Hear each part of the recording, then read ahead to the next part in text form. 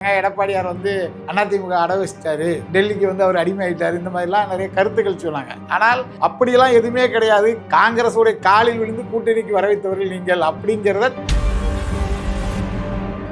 இந்த மாதிரியான ஒரு ஆட்சியை இந்திய வரலாறுலேயே கிடையாது, தமிழ்நாட்டு வரலாறுல கிடையாது. ஓட்டை அரசு பணத்தின் மூலம் லஞ்சமாக பெற்றுக்கொள்ளலாம் என்கிற அடிப்படையில் திமுக செயல்படுது. திமுக இதை எப்படி பார்க்குதுன்னா, நமக்கு அடிமைகள் வேண்டும், புதிய அடிமைகள் வேண்டும். புதிய அடிமைகளுக்கு நம்ம எவ்வளவு வேணாலும் விலை கொடுத்து வாங்கிக்கலாம். பழைய அடிமைகள் கொத்தடிமைகளுக்கு. ஆனால் இவர்களுடைய நோக்கம் என்பது அடுத்தவர்களுடைய செய்கிற சேவையை, அடுத்தவர்கள் செய்த சாதனையை ஸ்டிக்கர் ஒட்டி நாங்கள் செஞ்சோன்னு சொல்லிவிடுவாங்க. இது இவங்களுடைய வழக்கமான ஒன்று.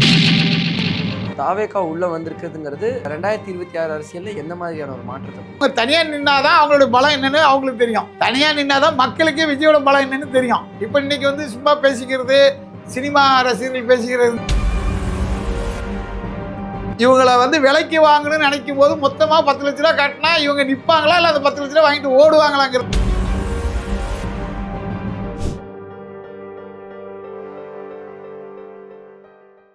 வணக்கம். என் கூட இன்னைக்கு முத்துரமேஷ் அவர்கள் இருக்காங்க. அவர்கிட்ட தான் பேச போகிறோம். வாங்க பேசலாம். வணக்கம் சார். வணக்கம். உங்களை சந்திக்கிறதுல எனக்கும் எங்கள் டீமுக்கும் ரொம்ப ரொம்ப சந்தோஷம். உங்களை சந்திக்கிறதுல எனக்கு மகிழ்ச்சி. கண்டிப்பாக அந்த தொகுதி பங்கீடு பொறுத்த வரைக்கும் பார்க்கும்போது இந்த 2026 எலெக்ஷனில் அதிமுக வந்து திமுகவோடு ரொம்ப வேகமாகவே செயல்பட்டுருக்காங்க. டக்கு டக்குன்னு அந்த ஒரு பேச்சுவார்த்தை சுமூகமாக முடிஞ்சிருக்கு. அதுவும் ஒரே நாளில் வந்து அதை பேசி முடிச்சிருக்காங்க. இந்த ஒரு வேகத்தை எப்படி பார்க்குறீங்க? இது வந்து ஒரு அரசியல் ஆளுமையை காட்டுது. அதாவது கூட்டணியில் குழப்பம் இல்லாமல் மிக எளிமையாக பாஜகவாக இருக்கட்டும், மத்தியில் ஆளக்கூடிய பாஜகவாக இருக்கட்டும், பாமகவாக இருக்கட்டும், மக்கள் முன்னேற்ற கழகமாக இருக்கட்டும், இல்லை அவங்க கூட்டணி கட்சியில் இருக்க அனைத்து கட்சிகளாக இருக்கட்டும், எல்லாத்தையும் ஒருங்கிணைந்து மிக தெளிவாக. இப்போ பார்த்தீங்கன்னா திமுக கூட்டணியில் பல்வேறு குழப்பங்கள். கம்யூனிஸ்ட்டு ஒரு கம்யூனிஸ்ட்டுக்கு 5 கொடுத்துட்டாங்க, இன்னொரு கம்யூனிஸ்ட் 6 கொடுக்கலாம், நாங்கள் வரமாட்டேன்னு சொல்கிறது, ஏற்கனவே கொடுத்த சீட்டோட கம்மியாக கொடுக்கறது, இந்த மாதிரி நிறைய குழப்பம். காங்கிரஸ் வந்து விஜய் கூட போயிருங்கிற பயம் காரணமாக 28 ப்ளஸ் ராஜ்யசபா கொடுத்தது. இது வரைக்கும் காங்கிரஸுக்கு கூட்டணியில் வந்து அவங்க ராஜ்யசபா கொடுத்தது கிடையாது. இந்த மாதிரியான பல்வேறு நிகழ்வுகள் திமுக கூட்டணியில் இருக்கு. ஆனால் இவங்க வந்து சமூக வலைதளங்களாக இருக்கட்டும், திமுகவுடைய முக்கியமான தலைவர்கள் நிறைய பேர் என்ன சொல்கிறாங்க, எடப்பாடியார் வந்து டெல்லிக்கிட்ட வந்து நம்ம கட்சியை அதிமுக அடவச்சிட்டாரு, டெல்லிக்கு வந்து அவர் அடிமை ஆகிட்டார், இந்த மாதிரிலாம் நிறைய கருத்துக்கள் சொன்னாங்க. ஆனால் அப்படியெல்லாம் எதுவுமே கிடையாது. காங்கிரஸுக்கு அடிமையாகி போனவர்கள் நீங்கள். காங்கிரஸுக்கு ஒரு ராஜ்யசபா கொடுத்து காம்ப்ரமைஸ் பண்ணக்கூடிய இடத்துல இருந்து நீங்கள். காங்கிரஸுடைய காலில் விழுந்து கூட்டணிக்கு வர வைத்தவர்கள் நீங்கள் அப்படிங்கிறத தனது செயல் மூலம், தனது கூட்டணி ஆளுமை மூலம் நிரூபித்திருக்கிறார் அண்ணன் எடப்பாடி பழனிசாமி அவர்கள். இது எப்படி பார்க்குறேன்னா, பாஜகவுக்கு 27 சீட்டு நியாயமான சீட்டு தான், அதில் பிரச்சனை கிடையாது. அதேமாதிரி மக்கள் முன்னேற்ற கழகமாக இருக்கலாம், பாமக இருக்கலாம், எல்லாமே மிக தெளிவாக நீங்கள் சொன்ன மாதிரி ஒரே நாளில் இவங்களுக்கு இந்த சீட்டுங்கிறத உறுதிப்படுத்தியிருக்காங்க. இது உண்மையாலுமே அவருடைய அரசியல் அனுபவம். அதாவது ஒரு கட்சியில் கிளை கழக செயலாளர்ந்து வந்து சட்டமன்ற உறுப்பினராகி, நாடாளுமன்ற உறுப்பினராகி, அமைச்சராகி, இப்படி பல அனுபவங்கள் உள்ள ஒரு அரசியல் சாணக்கியராக இந்த விஷயத்தில் அண்ணன் எடப்பாடி பழனிசாமி அவர்களை தமிழக மக்கள் பார்க்குறாங்க. ரெண்டாவது அவருடைய ஆளுமை. அந்த ஆளுமையை வந்து எப்படி பார்க்குறது? இப்போ பார்த்தீங்கன்னா திமுக இப்போ உதாரணத்துக்கு நேற்று வரைக்கும் திட்டிட்டு இருந்த கட்சிகளை, உதாரணத்துக்கு தேமுதிக நேற்று வரைக்கும் திமுகவை வந்து கடுமையாக விமர்சனம் பண்ண ஒரு கட்சி. அதே மாதிரி ஐயா பன்னீர்செல்வம் அவர்கள், அவர் வந்து அதிமுக 3 முறை முதலமைச்சராக இருந்தவர். நேற்று வரைக்கும் அவர் கடுமையாக திமுகவை விமர்சனம் பண்ணவர். அவங்க அதிமுகவில் இல்லாமல் கூட தொண்டர் மீட்பு கழகமே ஏதோ மீட்பு எதுன்னு வச்சுக்கிட்டு திமுகவை கடுமையாக விமர்சனம் பண்ணிகிட்டு இருந்தார். இன்றைக்கி 2 சீட்டுக்காக அவர் போகிறாரு, அங்கே சீட்டு கொடுத்துட்றாங்க. ஆனால் கட்சியில் கூட்டணியில் இருக்கக்கூடிய பல கட்சிகள், அண்ணன் திருமாவளவனாக இருக்கலாம், 2 கம்யூனிஸ்டாக இருக்கலாம், முஸ்லீம் அமைப்புகள் நிறைய இருக்குது, இந்த மாதிரி அமைப்புகள் இவங்க எல்லாருக்குமே சீட்டை குறைச்சி கொடுத்தது இல்லாமல் இவங்களுக்கு உரிய மரியாதை கொடுக்கல. உதாரணத்துக்கு இப்போ தாவேக்கானா நீங்கள் அந்த தாவேக்கா இல்லை, வேல்முருகன் அவர்களுடைய தாவேக்கா அவங்க கூட்டணியில் இருந்தாங்க. அவர் கடும் அதிருப்தியாகி, நான் தேர்தலே நிற்காட்டுன்னு பரவாயில்லப்பா, உங்கள் சாகவாசம் வேண்டான்னு சொல்லி வெளியே வந்துடுறாரு. இந்த அளவிற்கு தன்னை முதல்வராவதற்கு கடுமையாக உழைத்த அரசியல் கட்சிக்கே மரியாதை கிடையாது. ஆனால் தன்னை திட்டினவங்களுக்கு ராஜ்யசபா சீட்டு, அதிக அளவில் எம்எல்ஏ சீட்டு, இந்த மாதிரி கொடுக்கக்கூடிய நிலைமை திமுக இருக்குது. அது காரணம் என்னென்னா, திமுக வந்து தொடர்ந்து மக்கள் விரோத ஆட்சி செஞ்சிட்டு இருக்கிறதுங்கிறது மக்கள் மத்தியில் மிக தெளிவாக பதிவு செய்யப்பட்டிருக்கிறது. அது வந்து நீங்கள் போராட்டங்களை பார்த்துக்கிட்டு இருக்கலாம். கடந்த 3 மாதங்களாக தமிழ்நாட்டில் குறிப்பாக சென்னையில் எங்கே பார்த்தாலும் போராட்டம். மாற்றுத்திறனாளிகள் போராட்டம் ஒரு பக்கம், செவிலியர்கள் போராட்டம் ஒரு பக்கம், தூய்மை பணியாளர்கள் ஒரு பக்கம், டாஸ்மார்க் பணியாளர்கள் ஒரு பக்கம், அரசு உதவி பேராசிரியர்கள் பணி நியமனம் செய்யாத பேராசிரியர்கள் ஒரு பக்கம், கிராம நிர்வாக அதிகாரிகள் ஒரு பக்கம், இப்படி எங்கே பார்த்தாலும் போராட்டம். இது ஒரு பக்கம். இன்னொரு பக்கம் பார்த்தீங்கன்னா தமிழ்நாட்டின் குக்கிராமங்கள் வரை, உதாரணத்துக்கு ஒரு சமூகம் பெரும்பத்து, நாங்குநேரி தொகுதியில் பெரும்பத்துங்கிற கிராமத்தில் சாதிய பயங்கரவாதிகள் ஊருக்குள்ள பூந்து கண்ணில் போடுறவங்கள வெட்டுறான். அதில் பார்த்தீங்கன்னா அப்பாவி ஒரிசா மாநில சேர்ந்தவர் ஒருத்தர் இறந்து போனார். ஒரு மாற்றுத்திறனாளி தப்பிச்சு ஓட முடியாதவர், பட்டியல் பிரிவை சேர்ந்தவர் இறந்து போனார். நாடார் சமுதாயத்தை சேர்ந்த 4 பேர்களுக்கு வந்து மிகப்பெரிய அளவில் வெட்டி காயம். அதில் நெல்சன்கிறவர் கை விரல்லாம் போயிடுச்சு, உயிருக்கு போராடி அவருக்கு எந்த விதமான ஒரு உயர் சிகிச்சை கிடையாது. கோனார் சமுதாயத்தை சேர்ந்தவர்கள் வெட்டியிருக்காங்க. இப்படி இந்த மாதிரி நிகழ்வுகளுக்கெல்லாம் காரணம் தமிழ்நாட்டின் குக்கிராங்கள் வரை கஞ்சா போன்ற போதைப் பொருள்கள் மிக எளிமையாக கிடைக்கிறது. அமைச்சர் என்ன சொல்றாரு, தமிழ்நாட்டில் 0% கஞ்சான்றாரு. அவர் சொன்ன 2வது நாள் பார்த்தீங்கன்னா திருவள்ளூர் மணவாள நகரில் ரோட்டில் பார்த்து போப்பான்னு சொன்னதுக்கு போதை ஆசாமிகள் வெட்டி கொண்டுட்டாங்க. குழந்தைகள் நடுத்தருவில் நிற்குது, மனைவி நடுத்தருவில் நிற்காங்க, பெற்றோர்கள் நடுத்தருவில் நிற்காங்க. இந்த மாதிரியான ஒரு ஆட்சியை இந்திய வரலாறுலேயே கிடையாது, தமிழ்நாட்டு வரலாறுல கிடையாது. இப்போ எடப்பாடியார் அவர்கள் இருந்தாங்க, 4 வருஷம் 3 மாதம் இருந்தாங்க. காவல்துறையை கட்டுப்பாடோடு வைத்திருந்தார். ஆனால் இங்கே என்ன நிலைமை, காவல்துறையுடைய தலைமை இயக்குனர் டிஜிபி பொறுப்புக்கு நிரந்தரமாக ஒருத்தரை போட முடியல. அப்போ எப்படி சட்ட ஒழுங்கு சரி பண்ண முடியும்? இதெல்லாம் வந்து சின்ன சின்ன விஷயத்தை தான் நான் சொல்கிறேன். இந்த மாதிரி தமிழ்நாடு முழுவதும் மக்கள் கடும் அதிருப்தி. அதன் தோல்வி பயம் காரணமாக தான் என்ன பண்ணுறாங்க, திடீர்னு யாருக்கிட்டையும் சொல்லாமல் கொள்ளாமல் காலைல 5000 ரூபா அக்கௌண்ட்டில் பணத்தை போடுறாங்க. தோல்வி பயம் காரணமாக தான் கடந்த 4.5 வருஷமாக மாணவர்களுக்கு லேப்டாப் கொடுக்கல. வழக்கமாக தமிழக அரசு முன்னாள் முதல்வர் ஜெயலலிதா அவர்களுடைய அவங்க அம்மா ஆட்சி காலத்தில் என்ன பண்ணாங்க, லேப்டாப்பு 10ஆம் வகுப்பு மாணவர்களுக்கு 11ஆம் வகுப்பு மாணவர் கொடுத்தாங்க. இங்கே என்ன நடக்கு, முதல்ல 3rd இயர் கல்லூரி மாணவர்களுக்கு, அதுக்கப்புறம் 2nd இயர் கல்லூரி மாணவர்களுக்கு. என்னடா இது இப்படி கொடுக்காங்கன்னு பார்த்தா அதுக்கு வாக்கு வங்கி அரசியல். ஏன்னா வாக்கு இவங்களுக்கு மட்டும்தான் இருக்குது. அப்போ வாக்கு இருக்கிறவங்களுக்கு கையூட்டாக லஞ்சமாக எதை வேணாலும் கொடுக்கலாம், எப்படி வேணாலும் கொடுக்கலாம், அரசு பணத்தில் கொடுக்கலாம். 5 லட்சம் கோடி ரூபா கடன் இப்போ இந்த 5 வருஷத்தில் நம்ம வாங்கியிருக்கோம். என்ன எத்தனை லட்சம் கோடி ரூபா கடன் வாங்கினாலும் ஓட்டை அரசு பணத்தின் மூலம் லஞ்சமாக பெற்றுக்கொள்ளலாம்ங்கிற அடிப்படையில் திமுக செயல்பட்டுருக்கு. அப்படிங்கும்போது திமுகவை வீட்டுக்கு அனுப்ப வேண்டும் ஒட்டுமொத்த தமிழக மக்களும் எதிர்பார்த்திருக்கக்கூடிய சூழலில் தான் மீண்டும் ஆட்சிக்கு வருங்கிற எண்ணத்தில் 28 கட்சியினுடைய கூட்டணி, 28 கட்சி, திமுக என்றைக்குமே கூட்டணி இல்லாமல் ஆட்சிக்கு வந்ததில்லை, அது வேற விஷயம்.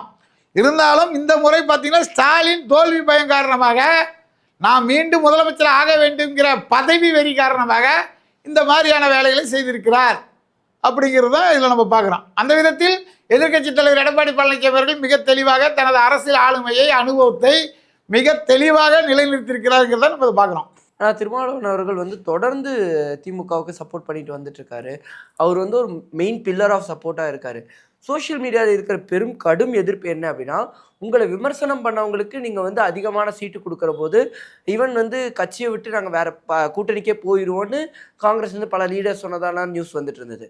ஸோ அவங்களுக்கெல்லாம் நீங்கள் இவ்வளோ அதிகமான சீட்ஸ் கொடுக்கும்போது திருமாவளவன் அவர்கள் தொடர்ந்து சப்போர்ட்டில் இருக்காரு, ஒரு மிகப்பெரிய வாக்கு வங்கி வச்சிருக்காரு, மக்கள் சப்போர்ட் அவருக்கு இருக்குங்கும்போது அவருக்கு 8 சீட்டுங்கிறது ரொம்ப குறைவானதா இல்லையா? இல்லை, அதாவது இது எப்படி பார்க்கணுன்னா, பட்டியல் பிரிவு சமுதாயத்தை சேர்ந்தவர்களுக்கு எப்பெல்லாம் எங்கெல்லாம் பாதிப்பு வருதோ அப்போதெல்லாம் வந்து திருமாவளவன் அவர்களை அனுப்பி சமரசம் பண்ணுறதும், இப்போ நிறைய சம்பவங்கள் சொல்லலாம். அந்த தண்ணி தொட்டிகளை மலம் கலந்த விஷயமா இருக்கலாம், தலித் மாணவர்கள் படுகொலையாக இருக்கலாம், இந்த மாதிரி பல்வேறு நிகழ்வுகள் இருக்குது. எங்கேயுமே பார்த்தீங்கன்னா அது மாதிரி கோயிலுக்கு கூட உடலை பட்டியல் பிரிவு மக்களுங்கிற பிரச்சனையாக இருக்கட்டும், இப்படி பல்வேறு பிரச்சனைகளில் இவர் என்ன பண்ணுவார், அரசுக்கு ஆதரவாக திமுகவுக்கு நீங்கள் சொன்ன மிகப்பெரிய அளவில் சப்போர்ட் கொடுக்குற பில்லராக இருந்தார். திமுக இதை எப்படி பார்க்குதுன்னா, நமக்கு அடிமைகள் வேண்டும், புதிய அடிமைகள் வேண்டும். புதிய அடிமைகளுக்கு நம்ம எவ்வளோ வேணாலும் விலை கொடுத்து வாங்கிக்கலாம். பழைய அடிமைகள் கொத்து அடிமைகளுக்கு நம்ம சொல்கிறத தான் அவங்க கேட்பாங்க. அதை தாண்டி அவங்களுக்கு ஒரு வழி கிடையாது. ஏன்னா அங்கே வந்து பாஜக இருக்குது. பாஜகங்கிற பூச்சாண்டியை காட்டினால் இவர்கள் அங்கே போக மாட்டாங்க. விஜய் கூட போகிறதுக்கு போனால் இவங்களுக்கு ஒரு தொகுதி கூட ஜெயிச்சுக்கிட மாட்டாங்க. அப்போ அவங்களுக்கு வழி என்ன? 7 சீட்டு இல்லை, 8 சீட்டு இல்லை, எத்தனை சீட்டு கொடுத்தாலும் நம்மளை விட்டு போகிறதுக்கு அவங்களுக்கு எவ்வித வழியும் இல்லை என்பதை மிக தெளிவாக ஒரு அரசியல் பார்வையோடு திமுக தலைவர் இந்த விஷயத்தை செஞ்சிருக்காரு. இதில் எப்படின்னா, இது வந்து மக்கள் மத்தியில் குறிப்பாக திருமாவளவன் அவர்களை பின்பற்றக்கூடிய ஃபாலோவர்ஸ்கள் மத்தியில் கடும் அதிருப்தி இருக்குது. அதாவது 10 இரட்டை இலக்கம் தாண்டணும், குறிப்பாக அவங்களோட நோக்கம் 12 தொகுதியில் நிற்கணும். ஏன்னா அங்கீகரிக்கப்பட்ட அரசியல் கட்சியாக மாறியாச்சு. அப்போ 12 தொகுதி வேணுங்கிறத தொடர்ந்து அவங்க சொல்லிட்டு இருந்தாலும் கூட இவர்களை மதிக்காததுக்கு காரணம் தொடர்ந்து முட்டு கொடுக்கறது தான். ஆனால் இபிஎஸ் அவர்களை பொறுத்த வரைக்கும் சோஷியல் மீடியா கம்பேரிசன்ஸ் எல்லாம் நிறையா வரும். அது பார்க்கும்போது அவருடைய ஆளுமையை நிறையா கம்பேர் பண்ணியிருந்தாங்க. முந்திர தலைவர்களோட, ஜெயலலிதா அவர்களோடையா இருக்கட்டும், இல்லை வந்து எம்ஜிஆர் அவர்களோட கம்பேர் பண்ணியிருந்தாங்க. இந்த கம்பேரிசன்ஸ் எப்படி பார்க்குறீங்க? இல்லை, அதாவது எம்ஜிஆர் அவர்கள் ஒரு பெரிய நட்சத்திரம், உச்ச நட்சத்திரம் தமிழ்நாட்டில். அவரை தெய்வமாக கும்பிடக்கூடிய பல லட்சக்கணக்கான தொண்டர்கள் இருந்தார்கள். அதே போன்று அம்மா ஜெயலலிதா அவர்கள் வந்து 89 வந்து எதிர்க்கட்சி தலைவராக ஜே அணி உருவாக்கி சேவல் சின்னத்தில் நின்று அரசியல் பண்ணாங்க. அதுக்கப்புறம் அவங்களுடைய அரசியல் ஆளுமையால் கட்சியுடைய பொதுச்செயலராகி அவங்க பல முறை 5 முறை முதலமைச்சராக இருக்காங்க. இது வந்து அவங்கெல்லாம் வந்து ஒரு சினிமா பிரபலங்கள், ஒரு என்ன சொல்கிறது, ஒரு ஃபேஸ் வேல்யூன்னு சொல்லுவாங்கள்ல, அந்த மாதிரியான ஆட்கள். ஆனால் இன்றைக்கி சாமானிய ஒரு மனிதராக, மக்களோடு மக்களாக இருக்கக்கூடிய மனிதராக, ஒரு விவசாயியாக, தொண்டர்களுக்கெல்லாம் தொண்டராக நம்மில் இருந்து ஒருவர் முதலமைச்சராக இருக்கிறாருங்கிறது தமிழகத்தில் வந்து எதுவுமே இதுவரைக்கும் நடக்காத ஒரு நிகழ்வு. அதை வந்து உண்மையாகவே எடப்பாடியார் அவர்கள் பயன்படுத்தி கொள்கிறார், பயன்படுத்துகிறார். ஒன்று. ரெண்டாவது, மக்களும் நம்மில் ஒருவர் மீண்டும் முதலமைச்சராக வேண்டும். விவசாயிகளுடைய பிரச்சனையை அறிந்த ஒரு முதல்வர் வேண்டும், மக்களுடைய பிரச்சனையை அறிந்த ஒரு முதல்வர் வேண்டும், வணிகர்களுடைய பிரச்சனையை அறிந்த ஒரு முதல்வர் வேண்டும். சொல்லப்போனால் பத்திரிகையாளர்கள், சிறு பத்திரிகைகள்லாம் வந்து பார்த்திங்கன்னா நூலகங்களுக்கு புஸ்தகம் அனுப்புவாங்க. பார்த்திங்கன்னா 3000 புஸ்தகம், அதுக்கு வந்து அரசு வந்து பணம் கொடுக்கும். இந்த திமுக ஆட்சியில் பார்த்திங்கன்னா 3000 புஸ்தகம் அனுப்பிட்டு இருந்த இடத்துல அவங்களுக்கு வேண்டப்பட்ட ஒரு 50 பத்திரிகைகள் மட்டும் வச்சுட்டு மீது 2950 புஸ்தகங்களுக்கு லைப்ரரிக்கு அனுப்புறதுக்கு கூட பணம் கொடுக்கல. அப்போ இந்த மாதிரி பத்திரிகையாளர்களுக்கும் துரோகம் செய்திருக்கிறது திமுக அரசு. இப்படி அனைத்து தரப்பு மக்களுக்கும் எதிராக செயல்பட்ட ஒரு அரசுனா அது தமிழக அரசு. அப்போ அவங்களுடைய பார்வை என்ன? நம்மில் ஒருவர், நமது பிரச்சனையை அறிந்த ஒருவர், நம்மளுடைய பிரச்சனைகளை சரி செய்யக்கூடிய ஒரு முதல்வர். இன்னைக்கு தமிழ்நாட்டில் புதுசாக 5 லட்சம் கோடி ரூபாய் கடன் வந்துட்டு புதிய திட்டங்கள் எதுவும் கிடையாது. நீட்டு பிரச்சனைகளை பார்த்தீங்கன்னா அரசு பள்ளி மாணவர்களுக்கு 7.5% வந்து இடஒதுக்கீடு பெற்றுக் கொடுத்த ஒரு முதல்வர். அவர் ஆட்சி காலத்தில் 19 மருத்துவக் கல்லூரிகளை கொண்டு வந்த ஒரு முதல்வர். இப்படி மத்திய அரசுக்கு இணக்கமாக இருந்து கொண்டு தமிழக மக்களுக்கு தேவையான அனைத்து விஷயங்களையும் மிக எளிதாக செய்து கொடுக்கக்கூடிய ஒரு முதல்வர் தேவை. அப்படிங்கிற இடத்துல தான் இவருடைய அரசியல் ஆளுமை மிகப்பெரிய அளவில் மக்களால் பேசும் பொருளாக இருக்குது. இப்போ திமுகவினரே ஒப்புதல் வாக்குமூலம் நிறையா தடவை கொடுத்துருக்காங்க. மத்திய அரசிடம் நாங்கள் இணக்கமாக இல்லை, அதனால் எங்களுக்கு நிதி தரல. மத்திய அரசிடம் நாங்கள் இந்த திட்டத்தை வச்சோம், எங்களுக்கு எந்த உதவியும் தரல. மத்திய அரசுக்கு நாங்கள் கடிதம் எழுதணும், எங்களுக்கு பதிலே கொடுக்கல அப்படின்னு சொல்லக்கூடிய முதல்வர் வேண்டுமா? நடப்பது உங்களுடைய கூட்டணி ஆட்சி, நடப்பது உங்களுடைய கூட்டணி ஆட்சி. இங்கே வந்து எங்களுக்கு மெட்ரோ ரயில் தேவை இருக்கிறது, மருத்துவக் கல்லூரி தேவை இருக்கிறது. இப்படி மத்திய அரசு சார்ந்த அனைத்து விஷயங்களையும் மிக எளிமையாக பெற்றுத்தரக்கூடிய ஒரு முதல்வர் தேவையா? மத்திய அரசில் சண்டை போட்டுக்கிட்டு தமிழ்நாட்டுக்கு எந்த திட்டத்தையும் வரக்கூடாத ஒரு தலைவர் தேவையா? அப்படிங்கிறத நம்ம சிந்திச்சு பார்க்கணும். இப்போ பாரத பிரதமர் மோடி அவர்கள் இந்தியா முழுவதும் குக்கிராமங்கள் வரை கழிப்பிட வசதிகள் செய்து கொடுக்கணும்னு ஒரு ஸ்கீம் போட்டாங்க. தமிழ்நாட்டில் அதை நடைமுறைப்படுத்தலை ஸ்டாலின் ஆட்சியில். அப்படி நடைமுறைப்படுத்தியிருந்தால் இன்னைக்கு கோயில்பட்டி பக்கத்தில் வேப்பனத்துங்கிற கிராமத்தில் மலம் கழிப்பதற்காக சென்ற அந்த பள்ளி மாணவியை காமுகன் படுகொலை செய்திருக்க மாட்டான். இது எதுக்கு சொல்கிறேன்னா, மத்திய அரசுடன் இணக்கமாக இருந்து மத்திய அரசு கொடுக்கக்கூடிய திட்டங்களை செயல்படுத்தி இருந்தாலே பல்வேறு குற்றங்கள் தடுத்து நிறுத்தப்பட்டிருக்கும். இதை கூட செய்ய தவறிய அரசு எந்த அரசு? திராவிட மாடல் அரசு. இதுதான் இன்றைய நிலைமை. ஆனால் இப்போது தாவேகா உள்ளே வந்திருக்குதுங்கிறது 2026 அரசியலில் எந்த மாதிரியான ஒரு மாற்றத்தை கொடுக்கும்? தாவேகாவை பொறுத்தளவிற்கு அவர்கள் வந்து சினிமா ரசிகர்கள், சினிமாவிலேருந்து வந்த ரசிக சிகாமணிகள். அப்படிங்கும்போது அவங்க சினிமா மோகத்தில் இப்போ கமலஹாசனுக்கு ஒரு 4%, 3.83 அப்படின்னு சொல்லி ஒரு வாக்கு வங்கி அன்றைக்கு போன எலெக்ஷனில் நடந்துச்சு. அதே மாதிரி இவருக்கும் ஒரு 2%, 3% வர்றதுக்கான வாய்ப்புகள் இருக்குது. அதை வந்து அவர் தெளிவான அரசியல்வாதியாக இருந்திருந்தால், அரசியல் அனுபவம் இருந்திருந்தால், நம்மளை மதித்து கூப்பிடக்கூடிய அதிமுக கூட்டணியில் போய் அவர் இணைஞ்சிருந்தால் அவருக்கு வந்து மிக எளிமையாக விஜயகாந்த் அவர்கள் எதிர்க்கட்சி தலைவரானது போல இவருக்கு முதல் ரவுண்ட்லேயே கிடைச்சிருக்கும். இப்போ அவங்க தனியாக நின்னாதான் அவங்களுடைய பலம் என்னன்னு அவங்களுக்கு தெரியும். தனியாக நின்னாதான் மக்களுக்கே விஜயோட பலம் என்னன்னு தெரியும். இப்போ இன்றைக்கி வந்து சும்மா பேசிக்கிறது, சினிமா ரசிகர்கள் பேசிக்கிறதுங்கிறத தாண்டி ஓட்டு வங்கி எவ்வளோங்கிறது நம்ம பார்க்கணும். அப்படி பார்த்து வந்ததுக்கப்புறம் தான் என்னென்னு தெரியும். மற்றபடிக்கு அவங்க யார் ஓட்டை பிரிப்பாங்க, குழந்தைங்கள்லாம் யாருக்கு ஓட்டு போடும், இந்த விஷயம்லாம் வந்து நம்ம பொறுத்து இருந்தால் பார்க்கணும். பொதுவாக பார்க்கக்கூடிய விஷயங்கள் அவர்கள் ஓட்டு வந்து ஒரு 4%. கமலஹாசன் யார் ஓட்டை பிரித்தார்? கமலஹாசனுக்கு வந்து கொஞ்சம் வயசான ஆட்கள், ஒரு 35 வயசு 40 வயசுக்கு மேலே உள்ள ரசிகர்கள். இவங்களுக்கெல்லாம் வந்து ஒரு 15 வயசு 14 வயசு இந்த மாதிரியான ரசிகர்கள். அப்படிங்கும்போது அந்த ஓட்டு யாரை பாதிக்கும், எப்படி பாதிக்கும்னு தேர்தல் முடிஞ்சதுக்கப்புறம் தான் நம்ம தெரிஞ்சுக்கிட முடியுமே தவிர மற்றபடிக்கு இதில் சொல்கிறதுக்கு என்ன இருக்குது? ஆனால் இதில் இன்னொரு விஷயம் என்னென்னா, முதல்ல 234 தொகுதியில் விஜய் அவர்கள் தனித்து போட்டியிடுவாருங்கிறது ஒரு சந்தேகம் இருக்குது. அந்த 234 தொகுதிக்கு முதல்ல அவர் வேட்பாளர் போடுவாங்கிறது இன்னொரு சந்தேகம் இருக்குது. இவர் போடக்கூடிய 234 தொகுதி வேட்பாளர்களும் கடைசி வரைக்கும் களத்தில் இருப்பாங்களா, இல்லை திமுக அதிமுக 10 லட்ச ரூபா பணத்தை மொத்தமாக பார்த்த உடனே ஓடி போயிடுவாங்களான்ற பிரச்சனைலாம் இருக்குது. புரியுதா உங்களுக்கு? அவர் ஒரு சினிமா ரசிகர், அவருக்கு சீட்டு கொடுக்கப்படுகிறது, அவர் தேர்தலில் நிற்கிறார் அப்படின்னா இவங்களை வந்து விலைக்கு வாங்கணும்னு நினைக்கும் போது மொத்தமாக 10 லட்ச ரூபா கட்டினா இவங்க நிற்பாங்களா, இல்லை அந்த 10 லட்ச ரூபா வாங்கிட்டு ஓடுவாங்களாங்கிறத நம்ம வரக்கூடிய இந்த இன்னும் கொஞ்ச நாள் நிகழ்வுகளை பார்க்கலாம். இன்னும் ஒரு 10-15 இந்த நிகழ்வுகள்லாம் பார்க்கலாம். அதை தாக்குப்பிடிக்கிற அளவுக்கு விஜய்க்கு அரசியல் ஆளுமை இருக்கிறதான்றதையும் அந்த இடத்துல நம்ம தெரிஞ்சுக்கலாம். இதில் முதல் கேள்வியே 234 வேட்பாளர் போடுறதே கேள்விக்குறி. அதுக்கப்புறம் இவங்க போடுற வேட்பாளர்கள் ஃபஸ்ட்டு தேர்தல் காலத்தில் நிற்பாங்களாங்கிறது 2வது கேள்விக்குறி. இந்த மாதிரி பல கேள்விக்குறிகள் இருக்கிறது. ஆனால் இப்போது கிரவுண்ட் ரியாலிட்டியாக பார்க்கும்போது, சோஷியல் மீடியாலாம் விட்டு கிரவுண்ட் ரியாலிட்டியாக பார்க்கும்போது அதிமுகவுக்கும் திமுகவுக்கும் இந்த 2026 எலெக்ஷன் எப்படி இருக்க போகிறது?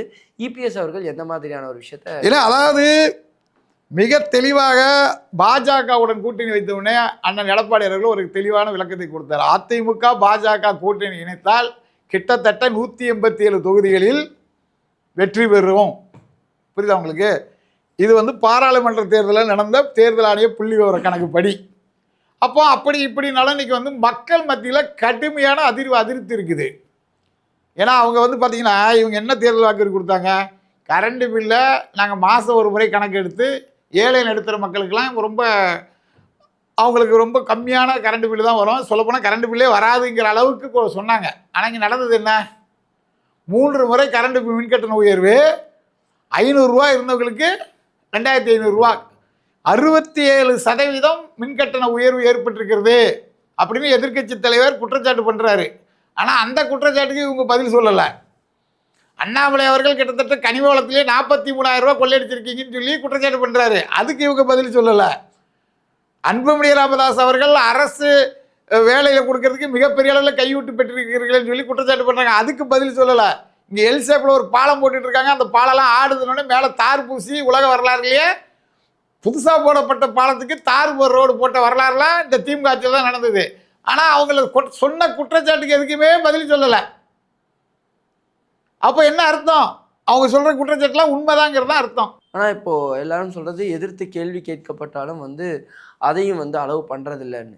இதுவுமே உண்மையாக நடக்கும். இப்போ ஒன்றும் இல்லை, சவுக்கு சங்கர் அவர்களை வந்து எந்த இடத்துல போனாலும் அட்டாக் பண்ணுறது பார்க்க முடிஞ்சுது. அவருக்கு எதிராக வந்து பல விஷயங்கள் ஜஸ்ட் பிகாஸ் அவர் அதை பற்றி பேசினான்னு இந்த மாதிரி சம்பவங்கள் இல்லை. அது வந்து விமர்சனங்களை ஏற்றுக்கொள்ள முடியவில்லை என்றால் நம்ம அரசியல்வாதியாக இருக்கிறதுக்கு தகுதி கிடையாது. நம்ம வந்து விமர்சனங்கள் பண்ணும்போது அந்த விமர்சனங்கள் உண்மையாக இருந்தால் அதை சரி செய்ய வேண்டும். விமர்சனங்கள் பொய்யா இருந்தால் சிரிச்சுட்டு கடந்து போயிடணும். இதுதான் நமக்கு முன்னாடி உள்ள அரசியல்வாதிகள் சொல்லி கொடுத்தது. ஆனால் இவர்கள் வந்து இவங்க செய்கிற தப்புகளை எல்லாம் சவுக்கு சங்கர் மட்டும் கிடையாது, பல பேர் வந்து கடுமையாக விமர்சனம் பண்ணக்கூடிய மாரிதாஸாக இருக்கலாம், பல பேர் வந்து பல்வேறு விமர்சனங்களை எடுத்து வைக்கிறாங்க.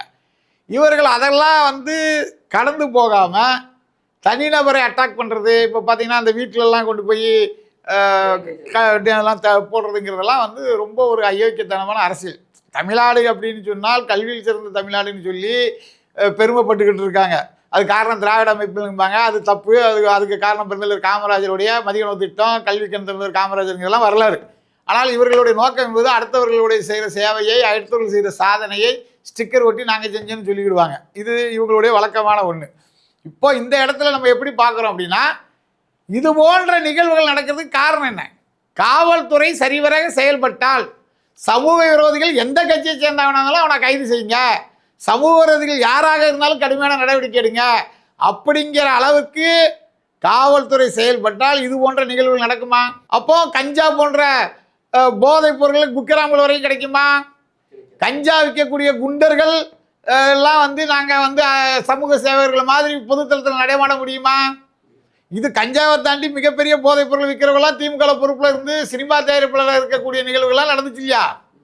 இந்த மாதிரியான நிகழ்வு நடக்கும்போது என்ன முடியும்? மொத்தத்துக்குமே முதல் பிரச்சனை சட்ட ஒழுங்கு சரியில்லை, காவல்துறை சரிவர செயல்படவில்லை. அதே காவல்துறை தான் எடப்பாடி பழனிசாமி அவர்கள் இருக்கும்போதும் அதே போலீஸ் தான், அதே காவலர்கள் தான். ஆனால் என்ன நடக்குது? இவங்க ஆட்சிக்கு வந்தால் மட்டும் மாறிடுது. காரணம் என்ன? அப்போ சட்ட ஒழுங்குல இவங்க கவனம் செலுத்தலை, இவங்களுக்கு அந்த துறையில் ஒரு ஆளுமை செலுத்தக்கூடிய அளவுக்கு ஒரு நல்ல அமைச்சர் கிடைக்கல, அமைச்சர் பதவி வச்சிருக்க ஸ்டாலின் அவர்கள் எதுவுமே செய்யலை அப்படிங்கிறத நம்ம பார்க்க முடியும். ஓகே அண்ணா, 2026 ஃபைனலாக இபிஎஸ் அவர்கள் எந்தளவு ஜெயிக்கிறதுக்கான வாய்ப்புகள் இருக்கு? இல்லை, இன்றைய சூழல தமிழ்நாட்டில் மிகப்பெரிய எதிர்ப்பு அலை ஆளுங்கட்சிக்கு எதிராக வீசுகிறது. மக்கள் கடுமையான கோபத்தில் இருக்கிறார்கள். 5000 ரூபா கொடுத்தாலும் சரி, 50,000 ரூபா கொடுத்தாலும் சரி, திமுகவை வீழ்த்த வேண்டுங்கிறதுல மிக தெளிவாக இருக்காங்க. 200க்கும் மேற்பட்ட தொகுதியில் ஐயா எடப்பாடி பழனிசாமி அவர்கள் வெற்றி பெறதுக்கான வாய்ப்புகள், சூழல்கள் இன்னைக்கு இருக்கு. ஒரு தெளிவான விளக்கம் கொடுத்தீங்க, ரொம்ப நன்றி. நன்றி.